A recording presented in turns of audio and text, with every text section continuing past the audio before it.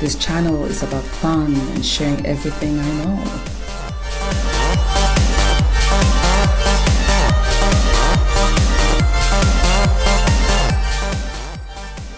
It's my fashion and beauty world. And yes, yeah, you're invited too.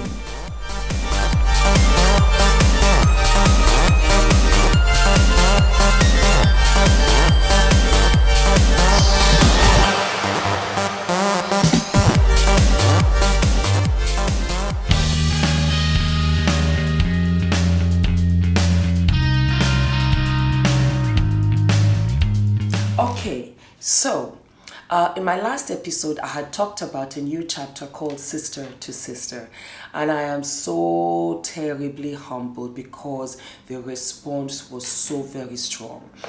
And I'm excited because this is my diary coming to life. These are my experiences that I'm sharing, because I feel that as women, we've just celebrated Women's Day and we should be much more united.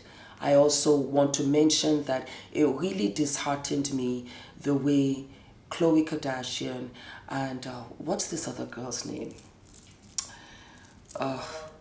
What?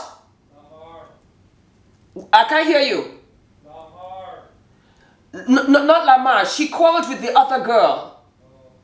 Kanye West's ex-girlfriend. Thank you very much. Don't you see? Don't you love this brother? I love Hula. I do. He's my best friend. He rides with me. You know, he's white. He's Norwegian. He's very European. But look at how he bumped it at the park. He was like, oh, wait, Lamar. And I said, no, the friend. He said, you mean Amber Rose? Brother is gangster. You gotta love it. Amber Rose. That's what I'm talking about. I didn't like the drag and the mock that they went through on social media. I wasn't impressed by either one of them. And I said to myself, you know what?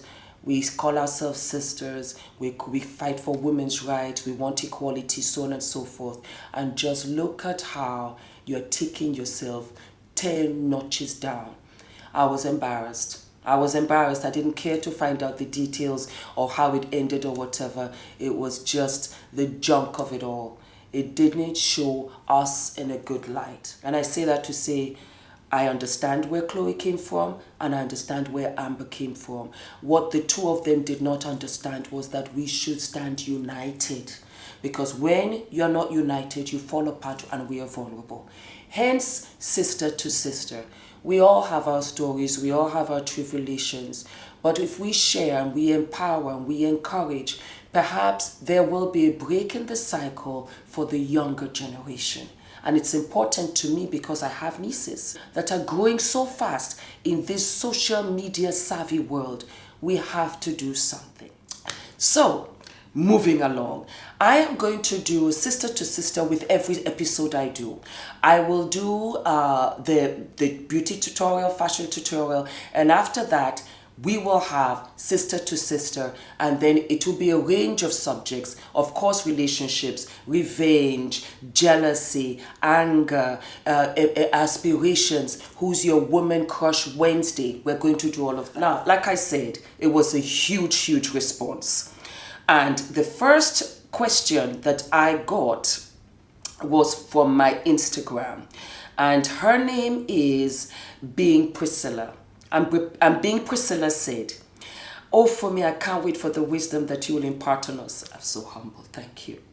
Not really a question, but if you could please talk about the importance of being a complete person rather than expecting a man to complete you. Absolute genius. So this is my humble opinion. A man cannot complete you, but he can enhance you. He can enhance all of the gifts that you already have. A man cannot complete you because if you look to a man to complete you, he won't stay long. He needs somebody also to complete him. That's the irony. You see these girls and you want the Denzel Washington, you want him to look good, you want him to be rich, you want him to have a fabulous house, education, give you all of these wonderful things. But what are you giving him? What is the trade-off? Are you looking your best? Are you wearing your best face? Have you taken all of the skills, the training, the education to advance yourself? Have you done that for yourself? What about trying to apply for your own driver's license? What about saying, you know what, let me get a car for myself? It will start with you. It is who is going to save you. If your husband jumps into the pool and you jump into the pool and you cannot swim, chances are he might be able to save you. But if you knew how to swim, you will absolutely know how to save yourself and perhaps even to save each other. That is what a unified relationship is. You have to come as honest and as 50-50. You have to come as close to as 50-50 as possible to save that relationship. I want to say save that relationship, for that relationship to have the long distance. My parents have been married for 47 years, 48 going. And that's because I truly believe that they came 50-50. They came 50-50. This is what I have. This is what I've got. I'm willing to grow. I'm willing to learn. And this is who I am. It's easier to do that when you are much, much younger because they were in their 20s as opposed to me who married at 40. But the point being is that you must have the staying power to want to be in a relationship and going in a relationship having invested in yourself too. It is important to find yourself because nobody can save you. This is a fact. Nobody can save you. And it's going to be a process. I don't have all the answers. I really don't. But what I will tell you is that it's a gradual process of discovering your self-worth, of what you deserve, of what you feel that you can attain. I want you to understand that I was terribly insecure. Yes, I was. I stammered. I couldn't speak without stammering. Yes, I did. And it was very frustrating because if I was angry, if I was excited, if I was upset, I would lash out. I would lash out with my hands, or I would walk away, or I would scream because I couldn't express myself. And that put a terrible indentation into my confidence. It was worse because I was tall. So I stood out when I didn't want to. And I was forced to be put in the spotlight in a sense that I was always, brought up for basketball, or Fumi, come and do this. They saw me from 10 miles away, school and everything. And it was something that I had to struggle with for a long time. And because of that, my relationship suffered. If a guy liked me, I thought, oh my God, oh thank God he likes me. Oh look, with all of these things. Yes, I didn't come and turn out to be like this in one day. No, it started little bit by little bit. And you have to find yourself step by step, through experiences, through mistakes, to say, you know what, I'm done here. And that's the funny thing about mistakes. This is one thing that I want you to understand. Learn from your mistakes. That aside, forgive yourself for your mistakes. If you learn from your mistakes, you know better.